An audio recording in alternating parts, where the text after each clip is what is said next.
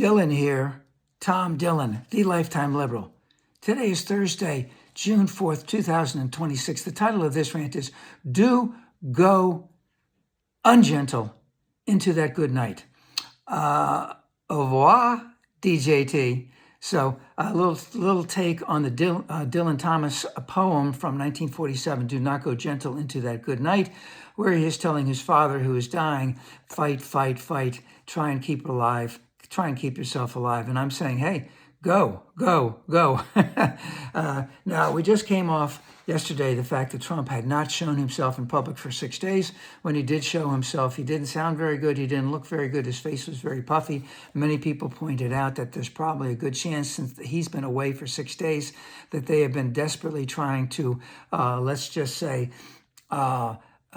get as much fluid out of him as possible, because if you have cankles, if you have it on the ankles and you have it on your wrists, that puffiness, and it's now up into your face, that you're having some serious problems with retaining fluid, and that is probably a good reason why he has not been seen for 6 days. At the same time, he has kind of given the indication that he has kind of given up on governing, and all he is going to be doing for the remainder of his time, whether it's the remainder of time in office or the remainder of time in this world, is to have a rage and retribution tour. Now, let's just say about the governing part, he's clearly indicated he doesn't care about Iran, so to speak. We've already won. You just can't say you've won so many times, so many weeks, so many months.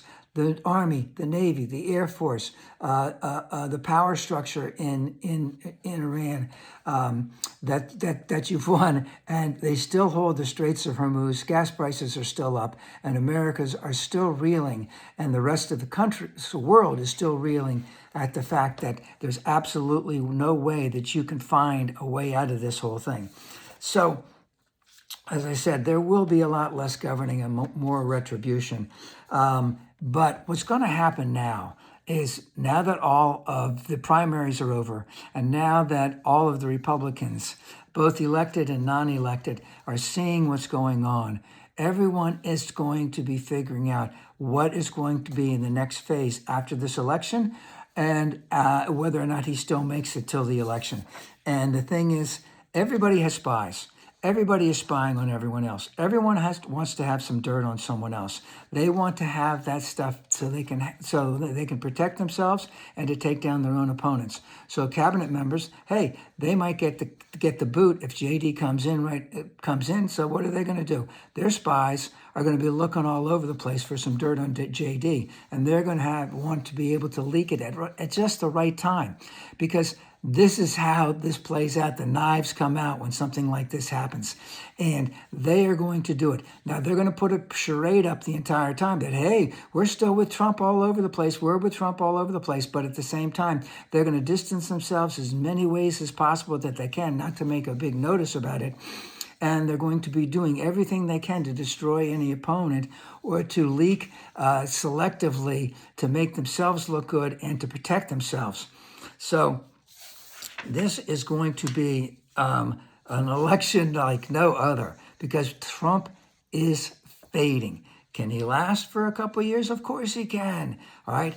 But he's shown no indication that he really wants to govern anymore. He just wants to have rage and retribution. The tide has turned, and everyone in the Republican Party is looking for a way to protect themselves and to set themselves up as to be winners in the next, whatever the next, I won't say administration, but whatever it looks like coming up after them. And I'm going to say to my sisters and brothers who are on the conservative side again, this is not what we voted for. We're paying $1 or more extra for gas. We were told that peace was at hand 3 weeks ago, and the Straits of Hormuz are still closed.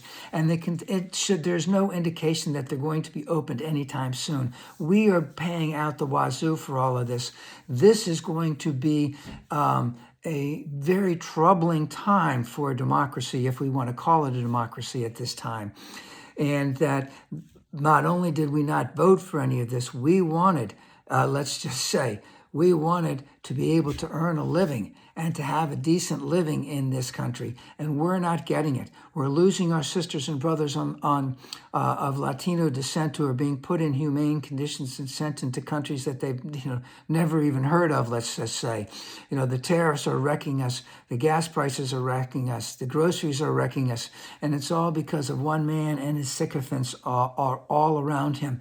We must get rid of them all in the next election. And again, I can say that this is the only way to do it, is to vote unendingly blue.